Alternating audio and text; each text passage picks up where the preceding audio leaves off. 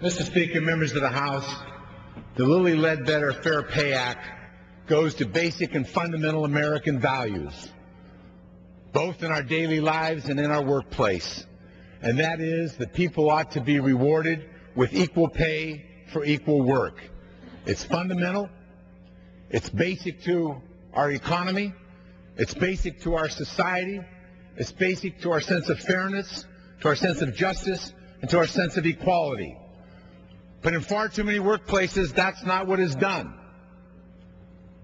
Women, in many instances, time and time again, for doing the same job that men are doing in the same manner that men are doing it, are paid less. Not because they're not doing the job equally as well as the men, but because somebody decided that they were going to pay them less simply because they are women. That runs counter to the values of this nation. It runs counter to the values of our society. It runs counter to the best interest of women. It's rather fascinating that they're suggesting because of tough economic times, some businesses may only be able to survive if they can engage in discrimination. If they can carry out a business plan based upon discrimination, they may be able to survive. So women should underwrite that discriminatory policy and accept less. Well, let me tell you what it's like when you're trying to support a family, either as a dual wage earner or by yourself, and you're accepting less every week, every day, every hour for the work that you're doing, as same as the people alongside of you, but you're getting less because you're a woman. Try that in this tough economic times. Try running your household in these tough economic times where the Republicans would have you believe we should enforce a policy of discrimination, that somehow women should underwrite these difficult times by accepting being a victim of discrimination. I don't think so. I don't think the people in this Congress believe that. I don't believe the people in this country believe that. And that's why we're going to pass this legislation.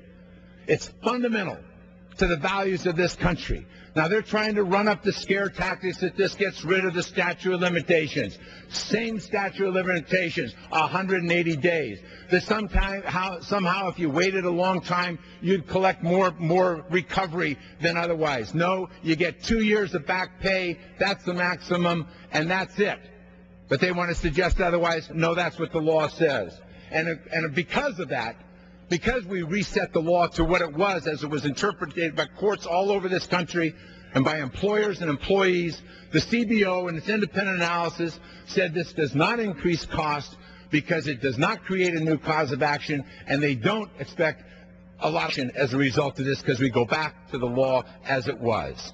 So let's move along here and get rid of this outrageous discriminatory practice that was sanctified by this Supreme Court in some kind of ideological rampage against women and the treatment and the fairness of them in the workplace. We have an opportunity to do that now. We will pass this bill today. We will send it to the White House where our new president, Barack Obama, has said he will sign this legislation. And with that signature on this bill, we can change the law in this country to once again make sure that women are provided equal pay for equal work that they do in the American workplace. And I urge my colleagues to support this legislation. I yield back the balance of my time.